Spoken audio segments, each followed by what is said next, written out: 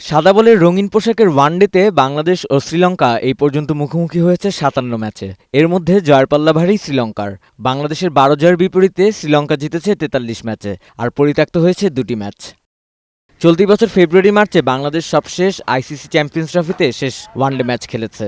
Champions ট্রফিতে বাংলাদেশের performance ছিল হতাশার। নিজেদের ৩টি খেলায় পাকিস্তানের বিপক্ষে বৃষ্টির কারণে পরিত্যক্ত এবং নিউজিল্যান্ড ও ভারতের কাছে বড় ব্যবধানে হেরে আসর থেকে বিদায় নিতে হয় বাংলাদেশকে। এর আগে গত বছরের ডিসেম্বরে স্বাগতিক ওয়েস্ট ইন্ডিজের বিপক্ষে ৩ ম্যাচের সিরিজে হোয়াইট ওয়াশ হয় বাংলাদেশ দল। এবার শ্রীলঙ্কার বিপক্ষের সিরিজ দিয়ে ঘুরে দাঁড়াতে চায় বাংলাদেশ।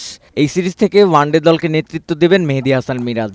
দলের ব্যাটিং পারফরমেন্স ঠিক রাখতে ব্যাটিং লাইনআপের দিকেও বাড়তি গুরুত্ব দিচ্ছে টিম ম্যানেজমেন্ট। এই ম্যাচ দিয়ে লম্বা সময় পর দলের সাথে মাঠের খেলায় দেখা যেতে পারে তাসকিন আহমেদকে।